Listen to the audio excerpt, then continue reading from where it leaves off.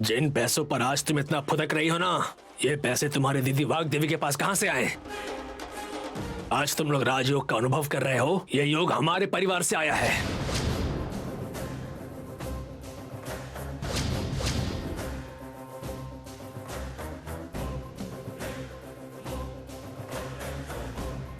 मेरी बीवी उमा ने वाग देवी को भीख में दी थी।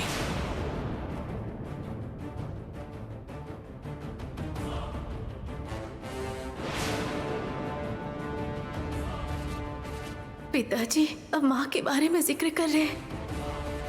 मालकिन को पता चल गया कि पिताजी कौन है। मतलब तुम्हारी दीदी वाग देवी की जिंदगी सफलता मेरी बीवी उमा की वजह से है। मैं जगन्नाथ हूँ।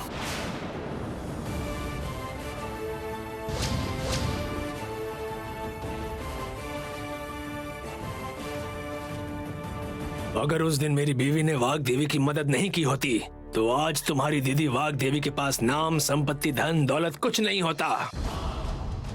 मेरी बीवी ने जो उसकी मदद की थी, वाग देवी वो भूल गई और मेरी बीवी की मौत की वजह बनी। तुम जैसे निर्दयी लोगों को देखकर मुझे घिन आती है। चले जाओ यहाँ से।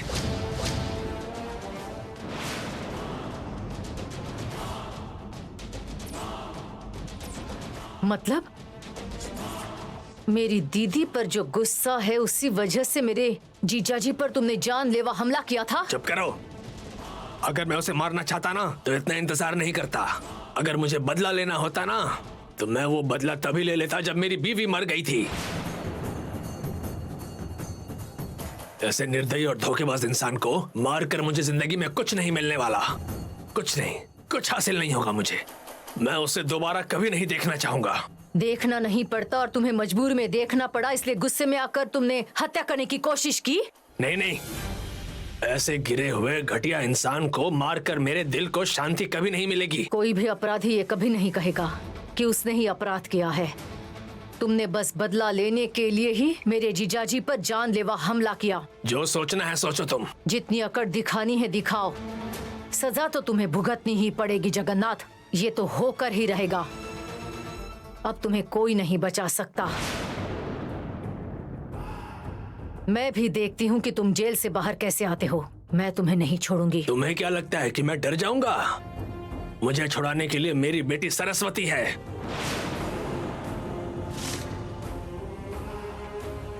मेरी बीवी मुझे बेटा नहीं दे पाई तो क्या हुआ? मुझे एक बेटी देकर गई है। तुम मेरा कुछ नहीं बिगाड़ सकती। पिताजी को मुझ पर भरोसा है। मुझे इस बात की खुशी होनी चाहिए या इस बात का दुख कि पिताजी ने मेरे बारे में बता दिया उन्हें। देखते हैं कि तुम्हारा विश्वास जीतता है या फिर मेरा बिछाया हुआ जाल। तुम्हें बख्श देने का तो सवाल ही नहीं उठता।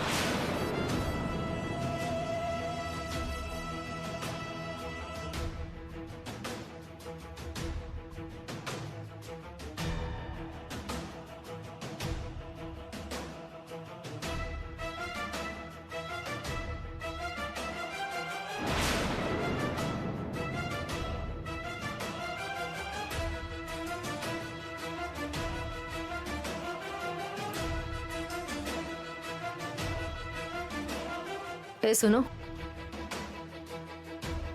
तुम इस कमला के रिश्तेदार हो ना?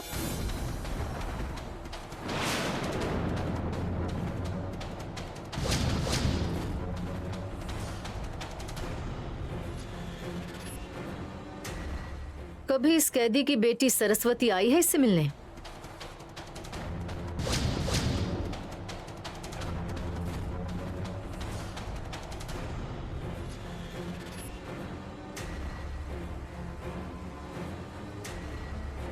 अगर वो कभी आती है तो मुझे इन्फॉर्म कर देना। भूल मत जाना। ठीक है मैडम।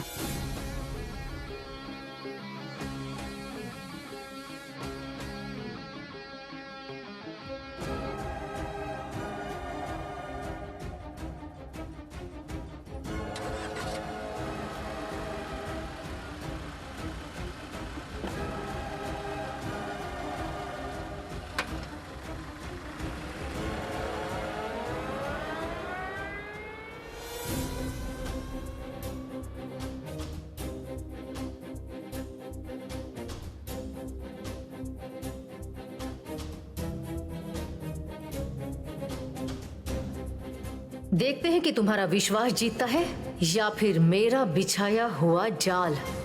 तुम्हें बख्श देने का तो सवाल ही नहीं उठता।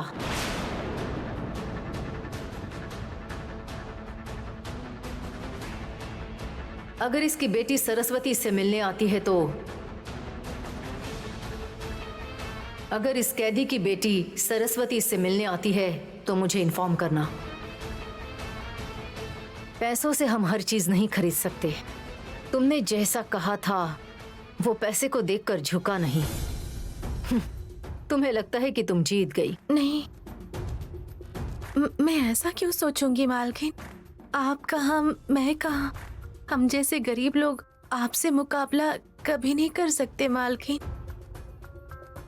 तुम गरीबों के पास एक चीज तो है, कुछ ना होते हुए भी किसी का भी सामना करने की हिम्मत रखते हो तुम, है ना? इसे कोई हिम्मत नहीं कह सकते हैं मालकिन। गरीबों के पास पैसे तो नहीं होते हैं, लेकिन उनके पास एक विश्वास और अपना आत्मसम्मान होता है, जिसकी वजह से उन्हें लगता है कि वो कुछ भी कर सकते हैं और किसी भी हालत में जीत सकते हैं। ये बस गरीबों का विश्वास है, ना कि कोई अहंकार है। जीने के लिए विश्वास चाहिए, तुमने सही कहा। जब तुम लोगों के पास कुछ ना होते हुए भी इतना विश्वास है तो जरा सोचो, हमारे पास तो इतनी धन दौलत है, हम अगर बैठकर खाएं भी तो कभी खत्म नहीं होगी। तो हमें कितना विश्वास होना चाहिए खुद पर। लेकिन ऐसा होता नहीं है। ये दुनिया पैसे वालों के आसपास ही मंडराती है ना, गरीब को कोई नहीं पूछता। जगन्नाथ ने मेरा ईगो हर्ट किया है।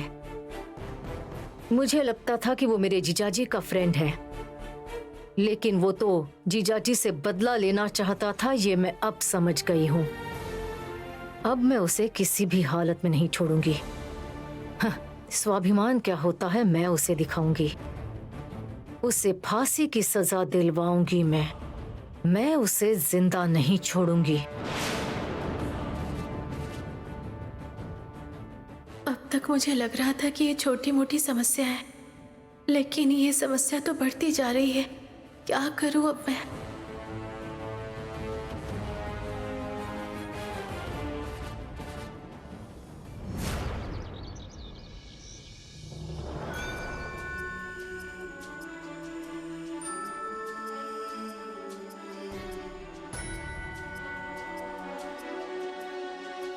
संभवी मालकिन मेरे पिताजी को छोड़ने के लिए बिल्कुल राजी नहीं हो रही हैं। पिताजी को कैसे बचाऊं, अब समझ में ही नहीं आ रहा है।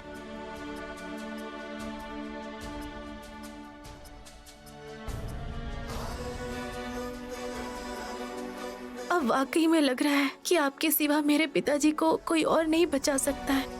अब जल्दी से होश में आ जाइए साहब जी।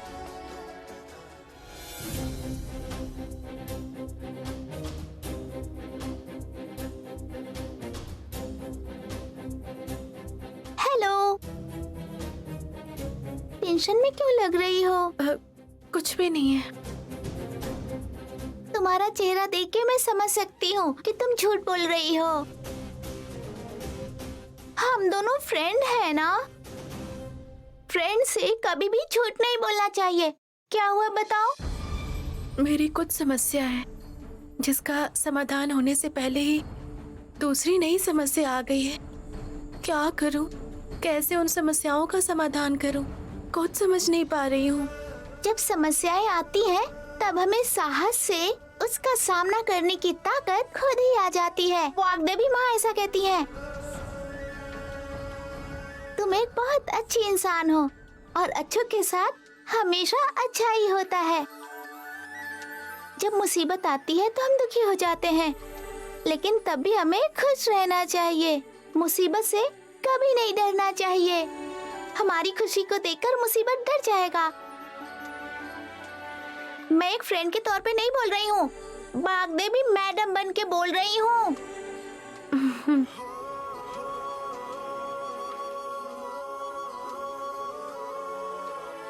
ये बच्ची एक दिन वाग्देवी माँ जी से भी बहुत महान बनेगी।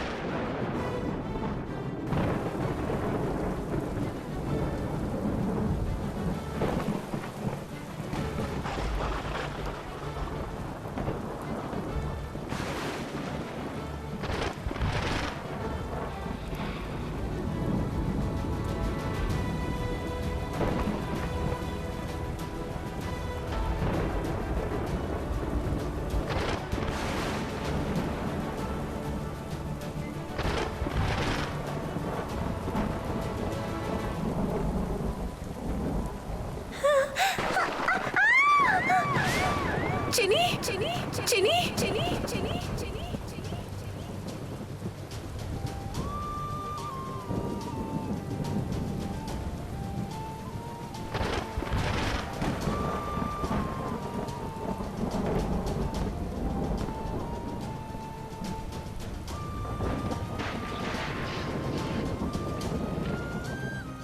चिनी को बादल गरजने से डर लगता है। पता नहीं वो क्या कर रही होगी। छोटी से बात करनी होगी, उसे मुझे समझाना होगा।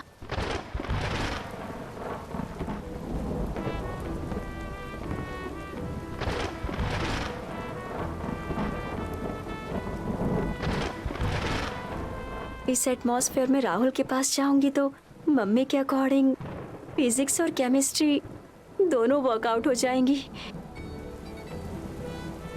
अगर राहुल ने पूछ लिया कि तुम इस वक्त यहाँ क्यों आई हो, तो फिर क्या जवाब दूंगी?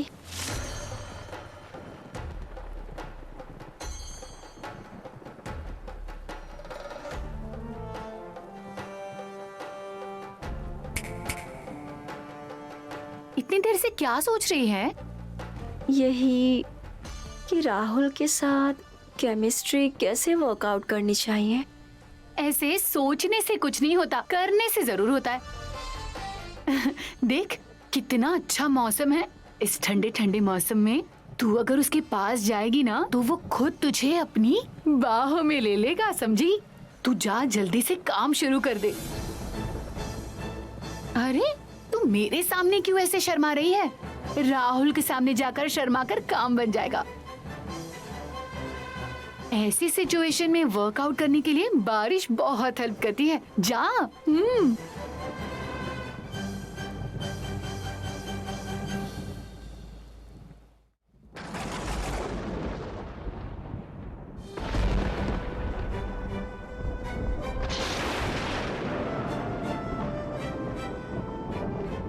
तेजा बाबू के फोन से दादाजी को फोन करके चिन्नी से बात करूंगी। पर तेजा बाबू के कमरे में वनजा भी होंगी। इतनी रात को पति पत्नी को जगाना अच्छी बात नहीं है। राहुल बाबू से फोन मांगती हूँ।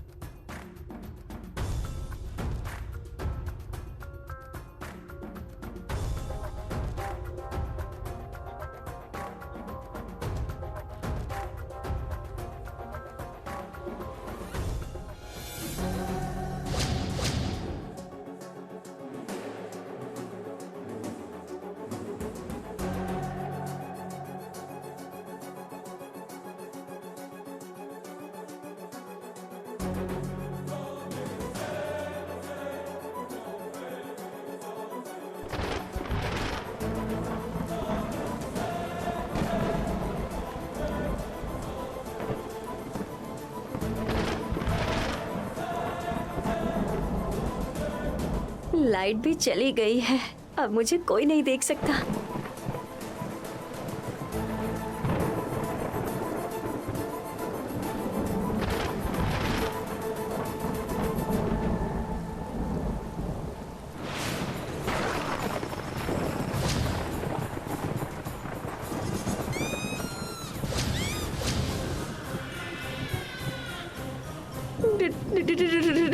डायन,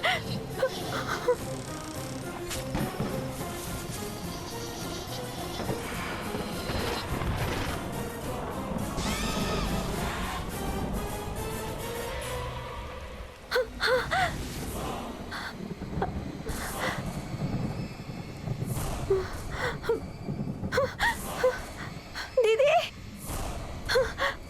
क्या हुआ तुझे?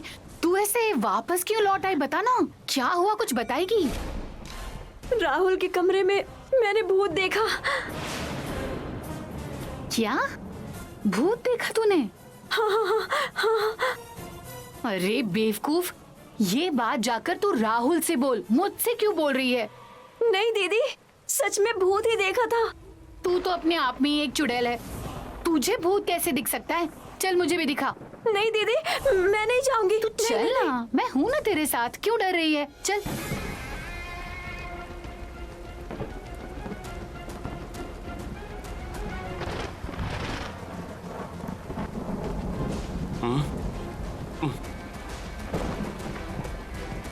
हे, हे, तुम यहाँ क्या कर रही हो? मुझे वो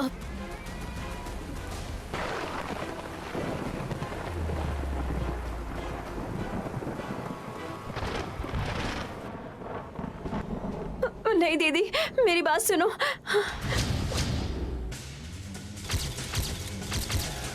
अरे मैं कह रही हूँ ना, चल दीदी नहीं, चल ना। प्लीज दीदी।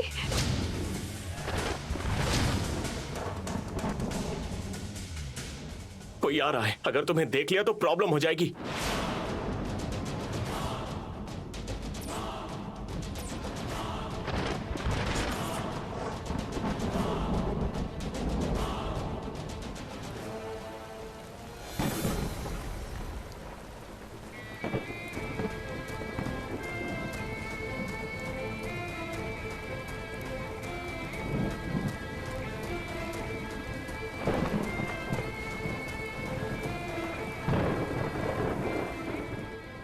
कहाँ है भूत?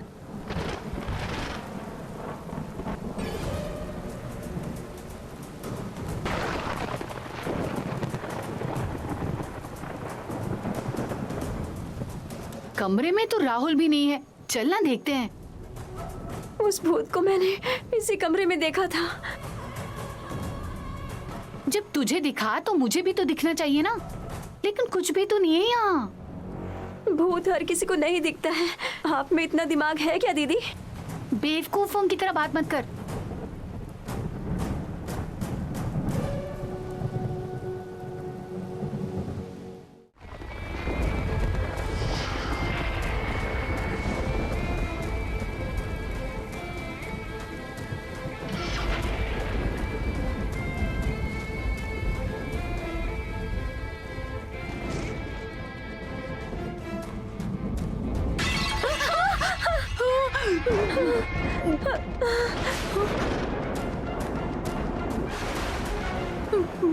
बहन, सच में भूत होते हैं?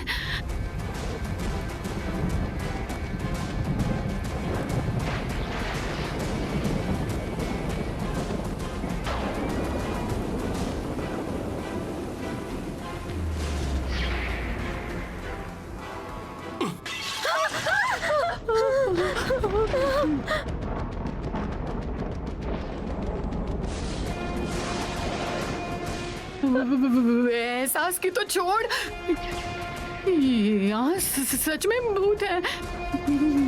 ये पत्थर मार मार कर हमें मार डालेंगे। तेरी केमिस्ट्री के चक्कर में मेरी बलि चढ़ जाएगी। चल यहाँ से भाग।